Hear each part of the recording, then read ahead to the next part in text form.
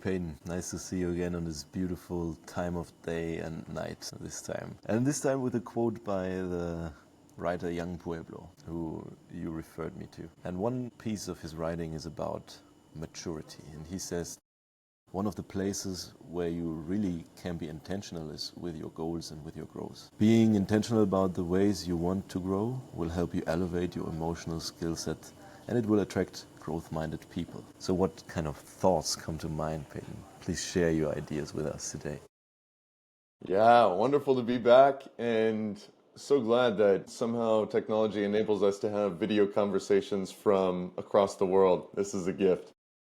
This quote to me speaks a lot to the growth mindset, of course, but also to a degree of intentionality in how we craft our path, and really a mindset of agency over saying that we are not just going to go with what inertia is pointing us toward. We're not just going to allow the status quo to creep on and stay where we're at in our comfort zone and safe, but rather to say that, okay, we have this one opportunity to live, and we have this place where we find ourselves in our path, and really trying to make the most out of the opportunity to live. Really trying to say, who am I meant to be? Where am I meant to be? What does it mean for me to find my growth? What growth do I want? What is my highest value? And how can I do my best to orient myself toward it and to walk this path? And that mindset or point of view toward our life of really saying that stepping back, looking at the big picture, and really looking within, looking without, seeing where we feel called, seeing what draws to us, assessing our strengths and weaknesses, and trying to put ourselves in a place and a circumstance where we can grow in the ways that we want to grow. In my experience, it makes all the difference in how fully we can engage with our experience here. And so it's so important to have the courage to lean in and to make bold moves, to manifest who we want to be, where we want to be, in the environment that surrounds us, and how it supports and encourages us to grow. How do you think about this in intentionally crafting our path? Well, great thoughts. Intentionally crafting our path refers to agency, like you said. And it also means to have your own discovery process in place. Maybe it's about experimentation with things you always wanted to try to experiment with. You always wanted to maybe craft arts, maybe be a mason, maybe build something great. Should you find the things you want to grow in if you don't know how it feels like doing it? And it's always like that. You always suck at first. And this is like the valley of, let's say, despair you have to first cross. So you cannot cross the valley if you don't do it. So I think through doing and crafting and building and experimenting, you will kind of find a way and find, with your intuition, find something that suits you. Find something that is uniquely made for you. Or even create something that only you can create because it is your style, and you as a person never existed before and will never exist in the future anymore. It's about recognizing the task of your life to really shape out your own uniqueness, your style, and to find what you really love to build. So in my opinion, finding and really setting an intention about the way you want to grow also means stepping into the process of discovering yourself in that way. Through doing, you will shape the, how do you call it? If you feel it, through doing, you will feel The intuition. Yeah, intuition. That's what I was looking for. Yeah, I totally agree. And to your point, it really does take a tolerance for discomfort to do that. If you're staying in your comfort zone and say you get out of college and you find this job that's right where you were in the most similar thing, the inertia of life is going to be that you do the same thing next year, and then the next year, and then the next year, and then the next year, and then when you do make a change, you find the most similar thing that feels the most similar way, that keeps you in the same environment. And this is a good way to not be vulnerable. And this what I think leads to the path of inertia rather than putting ourselves out there in growth is this discomfort with sucking at first, this discomfort with looking like a fool, or with even being a fool. In fact, as we begin to climb a new path and not knowing if we will be good or how long it will take or whatever, there's also this pain tolerance of I was really comfortable, I was in the groove, I was feeling good about how I was doing and my competency and where I was at, and now I do not feel good about those things. I'm starting over. I am in a new place and I do not have a good grasp of my abilities here or how I will do or what the risks are. And lastly, it is a sort of, and maybe the hardest part of this is for the human psychological state or mindset is the solitude that comes from stepping out of the boat. You recently took a 6-month leave from your place of work where you were in Switzerland, you had a social life, you had good friends, that you had habits and patterns, people you saw, places you went, support networks, work, co-workers, people you knew, friends, loved ones, common culture, the places where you went to eat breakfast or dinner or whatever, in order to pursue your growth, in order to say that, okay, I would like to change my path. I would like to step over here. I would like to make this career change. I have this vision for myself. I would like to travel and explore and experience the world. You had to lean all the way into solitude. You flew all the way across the world by yourself and to meet people that you would just encounter there. Nobody you knew in the Philippines in advance. You just trusted in the universe and trusted and had the courage to lean all the way into solitude and to leave all of those support networks behind. And this solitude is painful and scary to a part of us as humans. As we evolved, banishment from our tribe meant certain death. And so there is a deep-seated, evolved fear in us of being completely alone or having the courage to leave our support networks and our tribe and go into a foreign land and to experience solitude. But this space, this white space, is really the opportunity for what he says in the quote, for us to become surrounded by growth-minded people, for us to find ourselves in an environment that does support our growth and that does push us to become something that we were not already. The solitude is essential because if we remain completely full in capacity, then there's nothing else that can be added. And these things that are gifts from the universe to be added to our experience, to be added to our interactions with the world, our understanding of the world, the people that we know and the things that they can teach us, if there's no space for new people to enter our lives, if there are no space for strangers to come up to us and start funny interactions like the guy that jumped in before we started the podcast, then there is no opportunity for these wonderful gifts that can pass into our lives if we have the courage to step out of the boat and into the unknown. And this is a core aspect of charting our life with courage and intentionality, trying to fully engage. We cannot do that while we are holding on and clinging on to the things that we know in our comfort zone. Yeah, true, man. And reward always goes hand in hand, you know. Yes. You have to make calculated bets and really trust in either your judgment or in the universe or your intuition to lead you on a way that is made for you so you can intentionally design your life that way. And yeah, it's choosing your own growth. It's also coupled with leaving behind the shell that got you stuck in your growth. It's like a lobster needs to shed its old skin in order to be able to grow further. So because his skin doesn't grow, so he has to shed it. And now to be able to grow bigger. And he is vulnerable when he sheds it. What a great analogy. He's completely exposed in order to grow.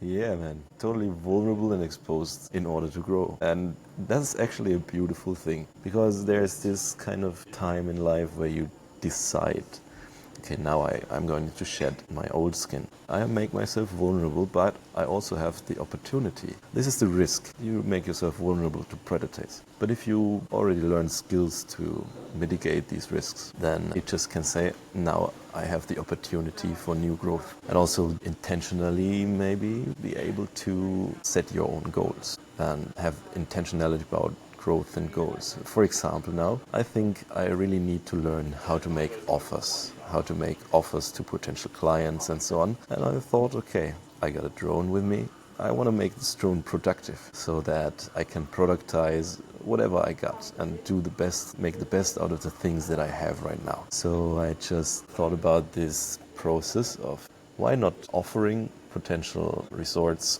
clients, homestays, activity offer, people who offer activities like a boat tour, to make a 360-degree photo in exchange for some reduction in price or for some night stay or whatever. Now the intention is to set a rejection goal, to really have a measure of input. If I don't get many rejections from the potential resort clients, then that means I haven't put in enough effort to really make it worthwhile a try. So nobody knows of it. So that's why I won't get any reduction in price or free stay or whatever to save a little bit on the budget. Can be with the goals you set, like a rejection goal, which hurts, which obviously is you make yourself vulnerable through that, but you have the potential reward of a deal landing it. And today, actually, I landed my first deal in terms of I got a 60% reduction on the boat tour, just had to pay the environmental fee in exchange for a nice drone video. And I really loved that. And I was like, nice, just ask and maybe you will be given. This is wonderful. And the rejection goal is a great hack. And I can say personally, rejection is something that has far more power in inhibiting our action than is actually calibrated to reality.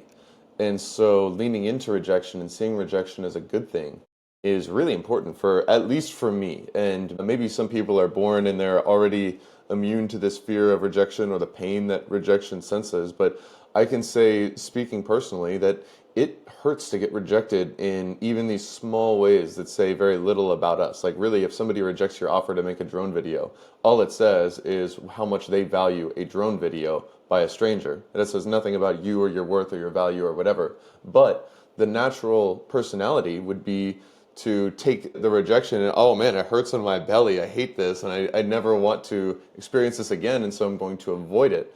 And then by avoiding things that cause us rejections, it causes the unknown, far away boogeyman. When we don't experience rejection, it becomes bigger and scarier and vaguer and more looming and more daunting. And if we don't have this experience of getting hit and weathering it, then we get more fearful and more inhibited. And it's, my brother has taught me in fighting, there's sort of the same thing where once you do fight and you spar and you get hit in the face and you get punched and you get kicked, you realize that, oh, you can take this. You actually can take several punches and still be alive, standing, able to fight back. It's not something that you have to be so fearful of that you never avoid, that you always avoid this ever happening. But in fact, it's in the fact of receiving this pain. It's in the fact of receiving these blows that we learn our own anti-fragility, and we find courage through resilience that we have seen, and this track record that is unfakeable to us, because we have seen us take rejection and survive it and to become stronger for it. And this is very good training, and rejection for me is something way outside of my comfort zone, and so it's so important. But it's also something that in order to put ourselves out there and to fully engage with the world, we must take a step forward. We must expose ourselves and be vulnerable, put ourselves out there, make offers. And in doing so, we must get rejection. We must have 10 rejections for every win that we have. We must have many losses and failures or whatever in order to have the wins. We don't want to be 0 and 0 because this is shrinking back into our turtle shell rather than exploring and engaging with a brief and finite life. And the finitude of life is a good element, in my opinion, to remember this whole thing. I'm like, look, on one hand, the finitude of life tells me that this rejection or this whatever that I fear out of this emotional interaction will pass. These people will die, I will die, we will all be forgotten. We're just passersby here on this life. And two, if I am just a passerby in this life and I am going to die and this is impermanent and this person and neither of us will be remembered, this interaction will be forgotten by both of us before long, then I do not want to spend my brief time here cowering from all of the things that I could be engaging with in life and shrinking back from my potential and shrinking back from the fullness of experience and growth. It is important to take advantage of this gift that we are given, this opportunity to explore, to grow, to find, to follow our curiosity, to engage, and to put ourselves out there and to be vulnerable and to be fully ourselves and to trust that is intrinsically valuable, that we are intrinsically valuable, and it doesn't have to depend on the latest opinion that we were given, the latest yes or no from somebody else does not determine our ultimate value. Our latest win or loss does not determine our ultimate value. And in kind of learning to find what we need emotionally, this support, this love, this acceptance within, instead of always looking for it without, in my opinion, is a baseline for this courage and anti-fragility and resilience. Because when we do look for our worth outside, when we look for it in the words of others, the affirmations of others, the approval of others, it is unsatisfactory. It is drinking salt water. We always cling and we always need more, and then we need it again and we need it refreshed. And the ego is never satisfied when we look to find our sources of love or approval or goodness or our self-worth out in the world. But when we look to find it within and we find the source within, we find a renewable resource that can be there and keep us completely full, independent of the yeses or nos or the ups and downs of the external world. And that is, I think, a renewable and solid baseline for giving ourselves this capability and this capacity to have this negativity, to absorb it and let it pass through, because that is not what we were ultimately dependent on in the first place. Definitely. And that reminds me of this little tale a teacher showed his students when, like, he showed them a $10 note or $20 note and said, okay, who wants this? Everybody raised his hand. And then he folded it and said, who still wants this? Everybody rose his hand. And then he trampled on it. And who wants it? Everybody still wanted to have the $20 note. And then he put some dirt on it and mushed it and then said, who wants this? And everybody still wanted it. So this is a perfect analogy of, okay, if your intrinsic value is set, is like, and you know it, then nothing what happens to you can change that you are valuable. You're still valuable like that, you know. That's also what I teach the children when I give the photo course. Like that little tale is also a beautiful analogy of, okay, you have to find your way and your value. You have to be sure and secure in your value, that you are intrinsically valuable despite what anybody tells you, despite the rejections you receive, despite someone being mean to you and so on. And it's also referring to a beautiful quote by Marcus Aurelius, I guess, where he expects people to be like that, like to be mean to him, maybe to be grumpy to him. Why would you expect a vineyard or an apple tree to bear wine, you know? No, there are people who are apple trees, there are people who are like peach trees or wine yards. Don't expect anything else from their fruits. They bear their own fruit. So this is what comes. So it doesn't change you, whatever comes to you. And I love that. And I think also through experimentation you will find things you really like and you become naturally better with them. And if you become better, you for sure know, hey, what I create and what I can create fast with my energy and my creativity is really valuable. And this is despite that someone accepts my offer or rejects it. You could like plant the best peach tree and create the juiciest peaches, but there would be still people who would not like food, maybe because they are allergic to it. It's just like that, and it is okay like it is. So your task then is to find just the right people who really love peaches that are really juicy and offer them to them. Not stand in the way of other people and try to convince them, oh, your fruit allergy hinders my growth and my success. No. Just pivot and go for the people who really are made for the offer you have. And what tempts us to give this rejection such power over us? Why do we fall into such pain when we experience rejection sometimes? I've inspected this in my own life, and there have been times when I got rejected over this or that, or I took a loss or a failure, or I looked bad in this or that situation, and I noticed that, wow, it is pretty irrational for me to be responding with such negativity right now, and for this to have such an impact over my mental state and my sense of confidence in the next moment or in my energy or whatever. Why? Even if I can see logically that this is foolish for me to be plunged or pained or feel a stabbing from this L, why is it still that way?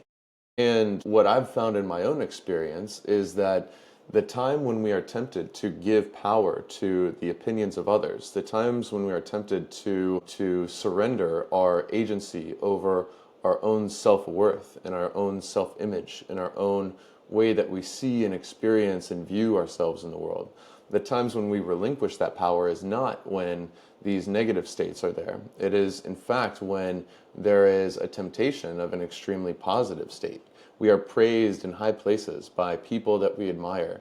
We get a giant win, and then we look to tell ourselves a story about how good we are at this or that, or how much we have accomplished, or who we are, and all of these narratives and self-images and self-stories. Or we have this interaction that makes us feel really good about how desirable we are, or how charismatic we are, or this and that label that we would like to cling on to. And it is these moments of positivity that present ultimately, in my experience, the temptation to look outside and to learn to look outside and to become addicted to looking outside for our sources of self-worth and confidence and validation and love and acceptance. And if we take that bait, if we get this stimulus and we realize how sweet it tastes on first impact to lap this shit up and to cling on to it and to hold it and to want to cling on to it and identify with it and make a self-image around it and tell ourselves a story about how we are this or we are that or we are this or we are that.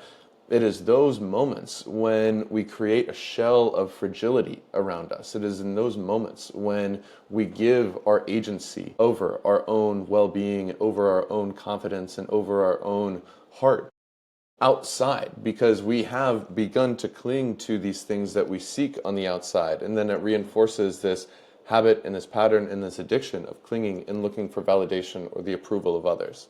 It is in those moments of positivity that ultimately we will decide whether or not we want to still insist on finding this within. If we still insist on this, the outside voices, they will come and go, they will be positive, they will be negative, they will be up and they will be down.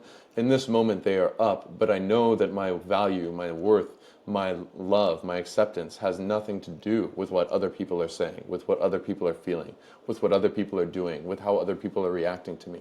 It is in those moments of positivity that we are tempted to give our agency up and to make ourselves fragile, or to see it with wisdom and to have gratitude for the gift of this energy in this positive moment, but insist that this, even this positive thing, this also does not tell me who I am, or how valuable I am, or how lovable I am, or how worthy I am. This positive moment has nothing to do with my self-worth. My self-worth still comes from within, even in this positivity. And if we can have the wisdom, which oftentimes I don't, this is a very common temptation that is, I find, consistently difficult to recognize in the moment of temptation, or at least to have the wisdom to overcome in the moment of temptation at times. But when we do have that wisdom, that is what can enable us to have this power and to find this from within when things are difficult and when it is a storm. It is the sunshine and the positivity that can be truly the pivotal moments in our path of fragility or of resilience and an ability to recognize our worth from within.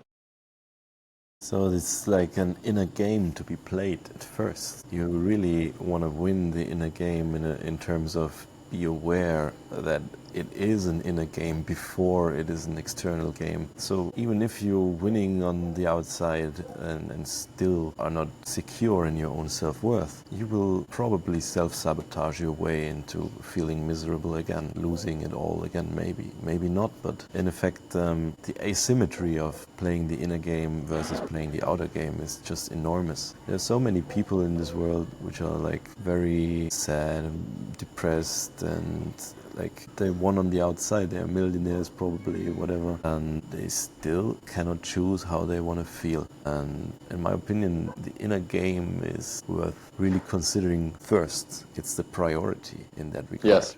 Because from that, this is the basis, this is the core from where you can build up whatever success you will have on the outside. And this is the baseline peace, this is the baseline happiness.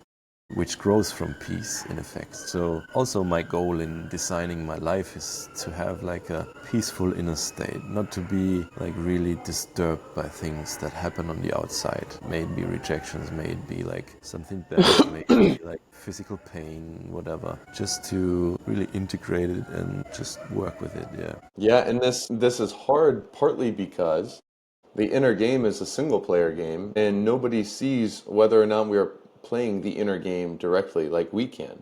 This does rely on being our own witness and to making our own judgment with our own awareness, because actually the outer world, the people that we interact with, even if we do a lot to surround ourselves with other growth-minded people, we still are going to be out in the world interacting with humans and constantly conditioned to frame it in the opposite way. Constantly conditioned to look at how other people are viewing us, to look at how we are spoken about, to want things on the external world, to look for our happiness externally, to look for our sense of self-worth in events, in the way that things play out, in the things that people say about us, in the way that people feel about us.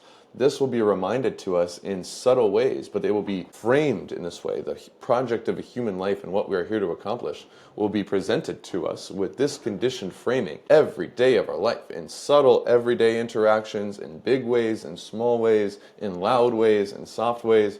Constant, constant, constant. And the alternative to find this resource that is always within us and to seek that as our source of love, or that as our ultimate source of self-worth and connection and well-being and joy.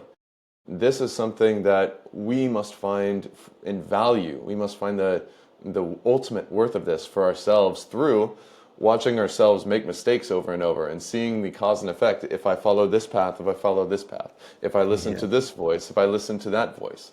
It is the flourishing that we experience when we follow the voice of wisdom a little bit, but it is especially the suffering we experience when we follow the cacophony of the world. That must be our greatest teacher, because it has to be this trained intuition and this trained wisdom to be steadfast in the face of all these sharp winds of conditioning. And Yes, so this cause and always effect and your this own. paying attention is essential. You're always your own witness. Yeah. Pay attention to your intuition about whether you should pursue a path or not. And probably your gut knows it better than you, because sometimes it's just the unconscious feelings that bubble up. But if you don't trust yourself, then probably you won't receive the wisdom that your body gives you naturally. But if you trust yourself in a way that you have shown to yourself over and over and over again through following your intuition, through making judgments which are aligned with your values, with your beliefs, with your way you want to grow, then probably you will trust yourself even more, because you proved to yourself in the past that you really followed what you thought you would like to do, what you thought you were made to do. And yeah, being your own witness is not to be underrated, because you're always with yourself. Even if you like travel far, you will always carry yourself with you and you will never escape from yourself. So better be a good friend to yourself, a good advisor to yourself, your best consigliere, like your best person who votes for you, who cheers you on, who is your best friend. And don't put yourself down. Just cut the negativity, cut the bullshit which tells you you are not worth enough just because you missed a workout or whatever. If you cut the negativity, you have the basis of peace. From that peace, you can build the good habits you want to grow. It's like cultivating your own garden. And yeah, chasing butterflies falls in that category. If you chase the butterflies, they fly away. But if you cultivate your inner garden, and here we come to attracting growth-minded people as well. If you cultivate your inner garden, the butterflies will come and sit on the flowers you provide. And if your fruits of your labor show what you really want in life, what you really can offer, what your values are, what your brand is in that regard. Your brand shows your values, and then people will come to you who say, I listened to that and I read this and I really like these thoughts. And probably the people who come to you are the butterflies that like the flowers you have in your garden. in that way, we can speak metaphorically of cultivating your inner garden and being your own witness and friend, and really putting in the effort and self-love to make it a worthwhile garden, to have some beautiful flowers in it. Yes, and to have the boldness to leave behind what we know is, and the courage to leave behind what we know is such a key aspect of this, because we are relinquishing control, we are relinquishing the known, we are relinquishing our ability to predict exactly how things will play out, and we are stepping into the unknown, into unknown risk. And so, how do we do that? And I have a story I'd like to share that it comes from one of the Gospels in the Bible, but I think it's relevant to us all, about this faith that I think is so essential. And faith not meaning belief, but faith meaning an actual embodied, lived trust in the divine, trust in the universal nature, trust that I am giving up control because I have faith that this is going to be what is meant for me, that I can have the courage to follow a path to an unknown destiny and trust that it will play out as it is meant to. It is the story of Peter walking on water, and he sees there is a storm, so it is a fearful environment, it is uncertain, and of course in a storm you don't know if it'll get worse, you don't know where the waves will come, you're constantly in this sort of chaotic environment and this fear for survival and for your life. And Peter sees Jesus walking on the water, and he says, "Call me out to you." Right away, he's not saying, he doesn't go and just send it. He waits until he is called by the divine to step out of his comfort zone. He doesn't do it just by himself, but he asks to be called. He asks to be given a mission and to be asked to have courage. And then he calls him, and it gives him this courage. He steps out into the water, into the unknown, and he's kind of locked on to the divine, and he's having this faith to step out into the water. But then he looks around, he gets distracted. He takes his eyes off the divine, he looks around at the storm, and it says he has a divided mind, and he becomes fearful. And in the state of divided mind, where he is now concerned about trying to predict the future and how this will play out, and he's recognizing his lack of control, and he's wishing that he had control again, and he's trying to grasp and he's fearful, and he doesn't have this faith and this trust. When he's looking around at the storm, this is when he begins to sink. And then when he begins to sink, fortunately, he looks back at the divine, and he's given this reminder of, I'm here. This is what you must look at. You must have full unified trust and faith, and then you will be fine in this storm. And this image is, I think, relatable for a lot of us. Peter in general is just such a relatable character in the Gospels because he's so braggadocious. He has this big energy. He wants to be courageous. He's always the first to raise his hand and step forward. He's loud. You can tell he has this earnest spirit, but nonetheless one that falls short many times. And this, I think, is a wonderful image and symbol that can represent our own walk with this. To our own path, we will be very imperfect. We will be up and down, and we will get it right, then we get it wrong, then we'll have to find our way back to trust and faith again. And so I believe that in a lot of ways, in our path, in many ways, that we should ask for this calling. We should ask for the courage to step out of the boat and into the unknown. And when we do, we will run into fear. We will run into a divided mind. We will start to sink when we fall into trying to grasp back for control where there is no control to be found, trying to lean on our own strength when our strength is not enough to face this situation. It is only in the flow. It is only in the trust in the divine and in the universe and in God within us that we can have the flow to navigate whatever uncontrollable situation we find ourselves in. And this is a dance that we will do well, we will do poorly, we will rise, we will fall, we will stub our toe. And ultimately it is in this humility to admit our own mistakes and pay attention to these causes and effects and in the way that our way of being enables us or cuts our legs out from under us, that we will find this awareness and intuition of our posture toward our experience, of our positioning and our stance toward the future. And it is in that way of being of trust and faith and connection and courage that comes from within, that comes in the now, that we can ultimately rise to whatever our destiny is and step courageously into the complete unknown and the ways that we are called to step out of the boat in our own life. Definitely, Peyton. What a great story. to conclude our World of Ideas podcast today. May we have the courage to step outside into the water when the divine calls us, and may we have the faith to stay afloat and the trust that we can do it, that we will make it. And may we design our life in a way that really is according to our own values and beliefs. And with that, be the witnesses of ourselves, creating our life as we want it. Wonderful intentions, my friend. I share this. I wish us courage, faith, and flow, trust in giving away control and stepping into the unknown. And I appreciate you sharing your thoughts. Have a wonderful night, my friend. Thank you, my friend. Have a wonderful day. Take care. Bye.